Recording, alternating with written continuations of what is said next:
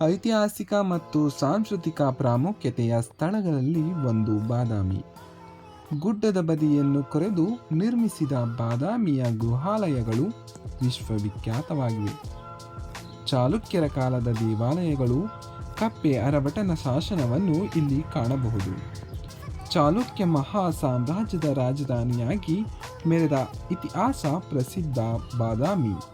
ಇದು ಬಾಗಲಕೋಟೆ ಜಿಲ್ಲೆಯ ತಾಲೂಕು ಕೇಂದ್ರ.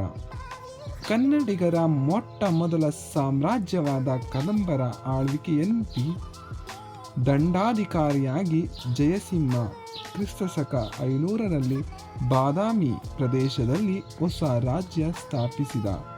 ಇದೇ ಮುಂದೆ ಇತಿಹಾಸದಲ್ಲಿ ಚಾಲುಕ್ಯ ರಾಜಮನೆತನವಾಗಿ ಪ್ರಸಿದ್ಧವಾಗಿದೆ. ಆದರೆ ಚಾಲುಕ್ಯರು ಕದಂಬ ವಂಶಸ್ಥರೇ ಆಗಿದ್ದು ಕದಂಬರ ಆಡಳಿತದ ಮುಂದುವರೆದ ಭಾಗವೆಂದು ಹೇಳಬಹುದು. ಇಲ್ಲಿಗೆ ಮುಗಿಯಿತು. ವಿಡಿಯೋ ನೋಡಿದ್ದಕ್ಕಾಗಿ ಧನ್ಯವಾದಗಳು. ಮತ್ತೊಂದು ವಿಡಿಯೋದಲ್ಲಿ ಸಿಗೋಣ. Bye friends.